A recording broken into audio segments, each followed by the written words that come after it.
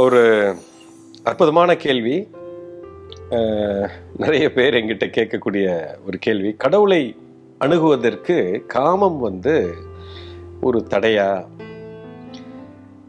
முதல்ல ஆன்சரை சொல்லிடுறேன், அதுக்கப்புறம் விளக்கத்துக்கு வர்றேன். கண்டிப்பாக தடை கிடையாது, அது ஒரு வழி.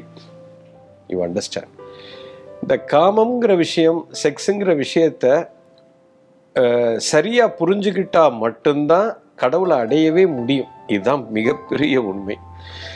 இதை புரியாமல் ஒரு மனிதன் அந்த நிலையை அடையவே முடியாது, பைபாஸ் பண்ணவே முடியாது, இதை ஓரங்கட்டவும் முடியாது. அதாவது இந்த கடவுளை அடையிறதுக்கு முன்னாடி இந்த செக்ஸுங்கிற விஷயம் என்னங்கிறத ஃபஸ்ட்டு புரிஞ்சுக்கோங்க. இதை சொல்லிக் கொடுக்கறதுக்கு எங்கேயுமே ஒரு ஸ்கூலோ இன்ஸ்டிடியூஷனோ எதுவுமே கிடையாது. அதுதான் ரொம்ப வருந்தத்தக்க ஒரு விஷயம். அதாவது இதை பற்றி பேசினா மணிக்கணக்காக பேசலாம், ரொம்ப சுருக்கமாக சொல்லிடுறேன். இது ஒரு 4 நிலையில் இருக்குதுங்க. இது ஒரே நிலையில் புரிஞ்சுக்கிற விஷயம் இல்லை. முதல்ல இது என்ன சொல்லலாம்னா சுய பாலினம்னு சொல்லலாம். அதாவது இங்கிலீஷில் சொல்லணும்னா ஆட்டோசெக்ஷுவல்னு சொல்லலாம். நம்பர் 1. நம்பர் 2 நெக்ஸ்ட்டு ஹோமோசெக்ஷுவல்னு சொல்லலாம். அடுத்தது ஹெட்ரோசெக்ஷுவல்னு சொல்லலாம். அதுக்கு அடுத்தது 4வது நான் அப்புறம் சொல்கிறேன். இது இந்த 4 நிலையில் நடக்கும். இது முதல்ல ஒரு குழந்தை பிறக்கும் போது சின்ன வயசில் என்ன பண்ணணும்னா, அந்த குழந்தை இந்த கை அப்படி விரல சூப்பும். அதுக்கு ரொம்ப பிடிக்கும், அதை ரசிக்கும். இதுக்கு பேர் ஆட்டோசெக்ஷுவல்னு பேர். அது ஜெனட்டல் ஆர்கன்ஸு, அதோட பால் உறுப்புகளை எல்லாம் தொட்டு பார்க்கும். அதுக்கு ரொம்ப பிடிக்கும், அதுக்கு ரொம்ப ஆனந்தமாக இருக்கும். நிறைய குழந்தைகள் இந்த மாதிரி செய்வாங்க. இந்த இடத்துல இந்த பெற்றவங்க இதை சரியாக புரிஞ்சுக்காம, அந்த டீச்சர்ஸோ வளர்ந்தவங்களுக்கு இது இயல்பாக நடக்கிற ஒரு விஷயம் அப்படின்னு புரியாமல் இந்த குழந்தைங்களை போய் நம்ம தடுத்து நிறுத்துகிறோம். அப்போ அந்த குழந்தைக்கு என்ன ஆகும்னா கில்ட் வர ஆரம்பிக்கும். இதுதாங்க முதல் தவறு நடக்கிறது. அதாவது இந்த செக்ஸுங்கிற ஒரு விஷயம் இன்னைக்கு எதுக்கு உலகத்தில் மிகப்பெரிய ஒரு பிரச்சனைக்குரிய விஷயமா இருக்கிறதுக்கு உண்டான விதை இங்கே தான் விழுகிறது. அப்போ இது தப்பு, நான் என் கையை நான் எங்கே வேணா வைக்கலாம், ஆனால் அந்த இடத்துல மாத்திரம் நான் கை வைக்கக்கூடாது அப்படிங்கிறது அது தப்புன்னு உள்ளே போகுது. ஆனால் அதுக்குள்ளே சந்தோஷமாக இருக்குது, ஆனந்தமாக இருக்குது. அந்த குழந்தைக்கு பாவம், நினச்சி பாருங்க, ரொம்ப ஒரு தப்பான விஷயம். இது முதல் நிலைப்பாடு. அடுத்தது கொஞ்சம் அது அந்த குழந்தை வளரும் பொழுது, இப்போ ஆம்பளை பசங்களாக இருந்தன்னா பசங்க கூட அவங்க ரொம்ப ஒட்டிகிட்டு இருப்பாங்க. நீங்கள் நல்லா கவனிச்சிங்கன்னா தெரியும். ஒரு 2 வயசு 3 வயசு 4 வயசு பசங்க அந்த பொண்ணுங்க பின்னாடி போக மாட்டாங்க, பசங்களோடையே சுற்றுவாங்க. இப்போ பொம்பளை பிள்ளைங்களும் பார்த்தீங்கன்னா அந்த பெண்களோடையே சுற்றுவாங்க. அவங்களுக்கு அதுதான் ரொம்ப பிடிக்கும். ஏன்னா அந்த ஆப்போசிட் செக்ஸுக்கு ஜாஸ்தி போக மாட்டாங்க. இது 2வது நிலைப்பாடு. இது இயல்பாகவே அப்படி தான் இருக்கும், அந்த ஈர்ப்பு அப்படி தான் இருக்கும். இதைத்தான் என்ன சொல்கிறோம் ஆங்கிலத்தில் ஹோமோசெக்ஷுவல்னு சொல்கிறோம். அதாவது ஓரின சேர்க்கைன்னு சொல்லுவாங்க தமிழில். ஸோ இந்த ஒரு உணர்வு இயல்பாகவே இருக்கும். தனக்கு உறுப்புகள் எப்படி இருக்கோ அதே போல இருக்கக்கூடிய அந்த பீப்புள் கூட நம்ம இருக்கணும்னு அவங்களுக்கு தோணும். இது இயல்பாக தோணும். இது ஒரு காலகட்டம் மாறும் பொழுது, அடுத்த நிலை வரும் பொழுது தான்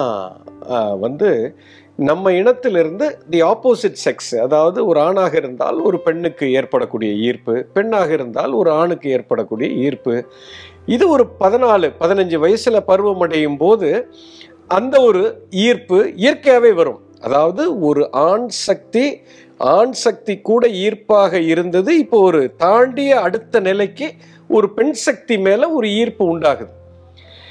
சார், இது எல்லாமே இயற்கையில் நடக்கிற விஷயம். இதை எப்படி ஒரு தவறுன்னு சொல்ல முடியும்? இது தவறுங்கிறதே கிடையாது, இது அடுத்த நிலை. அப்போ அந்த ஒரு 14-15 வயசில் அந்த பசங்கள்லாம் பார்த்தீங்கன்னா, ஆண் பசங்களாக இருந்தால் பெண்களை பற்றியே பேசிகிட்டு இருப்பாங்க, பொம்பளை பிள்ளைங்கள்லாம் பையன் பின்னாடியே தெரிவாங்க, லவ் பண்ணுவான், அவனை பிக்கப் பண்ணணும்பா, ட்ராப் பண்ணணும்பா. ஸோ இதுவே உள்ள ஓடிக்கிட்டே இருக்கும், இந்த ஈர்ப்பு இருக்கும். இப்போ ஆனால் சமுதாயத்தில் இது மாதிரி போயிட்டா இதை தப்பு, இதை பேசவே கூடாது, இதை பற்றி நாம் கலந்துரையாடல் எதுவுமே இருக்கக்கூடாது, இது வந்து மிகப்பெரிய ஒரு மறைக்கப்பட்ட ஒரு பெரிய விஷயம் அப்படிங்கிற மாதிரி நம்ம வச்சதுனால இந்த பிள்ளைங்க எல்லாம் ஒரு வீணாக போன நம்ம ஃப்ரெண்ட்ஸுங்கள்ட்ட தான் இதை கேட்டு தெரிஞ்சுக்கணும், அரையும் குறையுமா. அவங்களுக்கும் அது என்னன்னு தெரியாது, பெற்றவங்களுக்கே முதல்ல தெரியாது. அதாவது ஒரு தாய் தந்தைக்கு தன் குழந்தை மேலே இருக்கக்கூடிய ஒரு பொறுப்பு உலகத்தில் வேறு யாருக்கும் கிடையாது. நம்ம வந்து நம்ம பிள்ளைங்களுக்கு வந்து history, geography, science, maths, physics, chemistry இதெல்லாம் நாம் உருவாக்கின பாடம், இதெல்லாம் நம்ம சொல்லிக் கொடுக்கலாம்.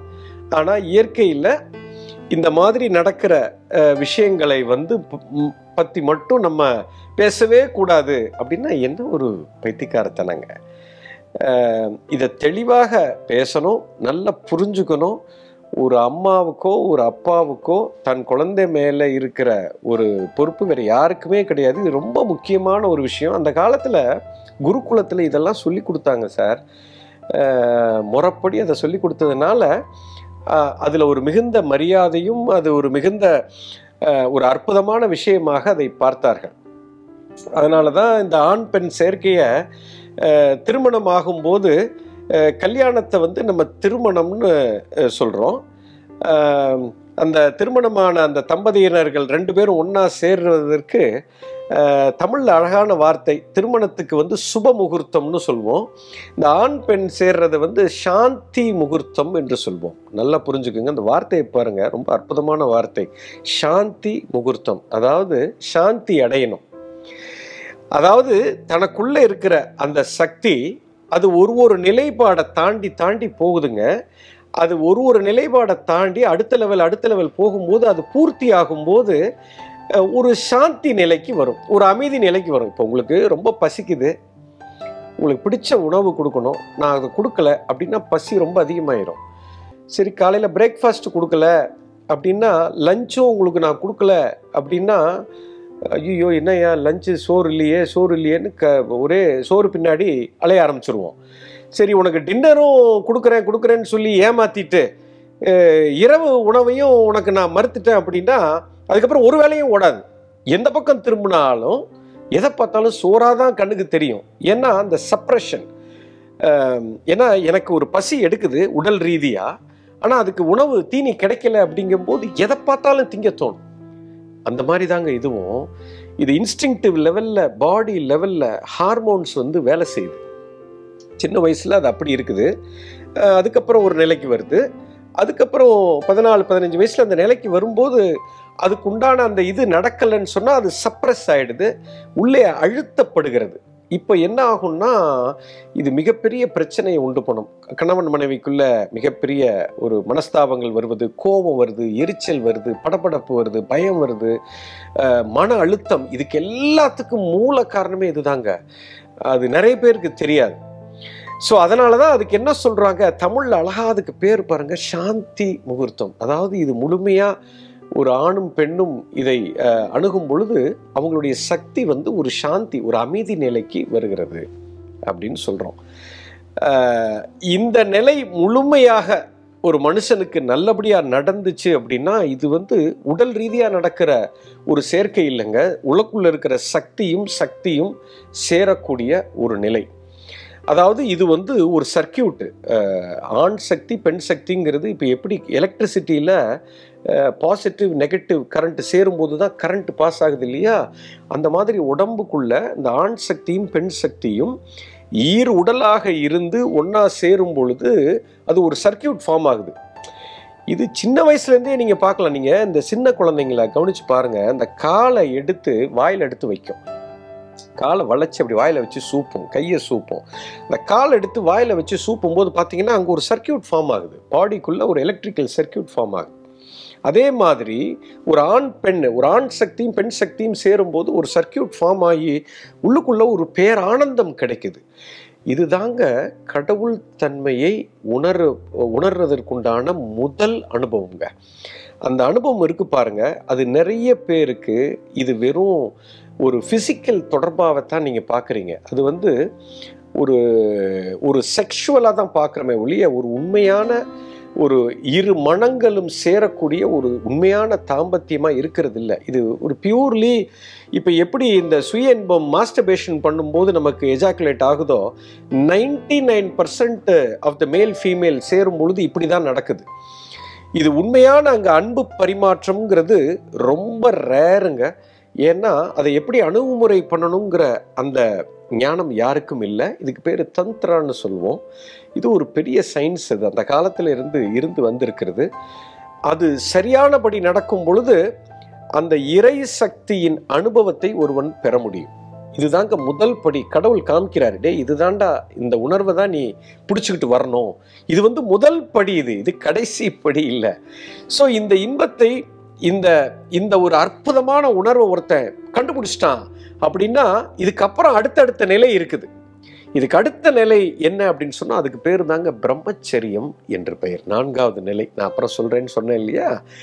அதாவது பிரம்மச்சரியம்னா இதுவும் ஆண் பெண் சேர்க்கை தான். ஆனால் இப்போ ஒரு ஆண் ஒரு பெண்ணை வெளியே போய் தேடி அந்த சக்தியோடு இணைந்து இந்த மாதிரி ஒரு நிலைக்கு போகாமல் தனக்குள்ளேயே இருக்கக்கூடிய பெண்ணை அணுகுமுறை செய்வது, இதுதாங்க மிகப்பெரிய வித்தை. அதாவது ஒரு ஆணும் பெண்ணும் சேர்ந்து தான் இந்த உருவமே இருக்கிறது. ஒரு ஆண் பெண் சேர்க்கையில் தான் நான் உருவாகி இருக்கிறேன். இப்போ நான் பார்ப்பதற்கு ஆணாக இருந்தாலும் எனக்குள்ளே ஒரு பெண் சக்தியும் இருக்கிறது. இந்த முகத்தை ரெண்டாக பிரித்து, இந்த உடம்பை ரெண்டாக பிரிக்கலாம். நல்லா போய் உங்கள் கண்ணாடியை போய் பார்த்தீங்கன்னா உங்கள் இடது பக்கம் பெண் சக்தி, வலது பக்கம் ஆண் சக்தி. அர்த்தநாரீஸ்வரர் சொல்கிறோம் இல்லையா, அது போலத்தான் இது இருக்கிறது. ஸோ இப்போ ஒரு ஆண் வெளியில இருக்கக்கூடிய ஒரு பெண்ணை சார்ந்து இல்லாமல் எனக்குள்ள இருக்கிற பெண் சக்தியவே நான் அதை எடுத்து அதன் கூட சேர்ந்து எனக்குள்ளே ஒரு மிகப்பெரிய ஒரு இன்பம் ஏற்படுகிறது அல்லவா, அதுதான் மிக உயர்ந்த நிலை. இதுதான் அல்டிமேட் ஸ்டேட். இதைத்தான் கடவுள் என்று அழைக்கிறோம், சமாதி என்று அழைக்கிறோம். அதாவது ஒரு ஆணும் பெண்ணும் வெளியில பிசிக்கலா சேர்ந்தா அது செக்ஸ், முதல் படி. இதே ஆண் பெண் சக்தியும் உள்ளுக்குள்ளே இணைந்தால், எனக்குள்ளேயே அந்த யூனியன், அந்த சேர்க்கை நடந்தால் அதுதான் மிக உயர்ந்த நிலை, சமாதி என்று அழைக்கிறோம். அது சாதாரண நிலை அல்ல. அதை ஒருத்தன் உணர ஆரம்பிச்சுட்டான், அதை தேடி எல்லாரும் வரணுங்கிறதுக்காகத்தான் இயற்கையில இப்படி படிப்படியான ஒரு நேச்சுரல் ஃப்ளோவை கடவுள் உருவாக்கி இருக்கிறார், இயற்கை உருவாக்கி இருக்கிறது. அதனால இந்த செக்ஸுங்கிற விஷயம் மிகப்பெரிய விஷயம். இது இந்த இரு சக்திகளும் சேரக்கூடியது. உடல் நிலையில நடக்கிறது இல்லை, உடல் தாண்டிய நிலையில் நடக்கிறது. பார்க்கறதுக்கு இது உடல்ல நீங்க அட்ராக்ட் ஆகுறீங்க, பட் அது உண்மை இல்லை. அதை தாண்டிய நிலைக்கு வர்றது இதுதான் முதல் படி. இந்த செக்ஸ் காமம்ங்கிறது முதல் படி. அது தடையல்ல, அது ஒரு வழி. அதை சரியாக புரிந்து கொண்டால் ஒரு மனிதன் உச்சக்கட்ட நிலைக்கு வர முடியும், அந்த கடவுளையே அடைய முடியும். இதுதான் மிகப்பெரிய உண்மை. புரிஞ்சிருக்கும்னு நினைக்கிறேன்.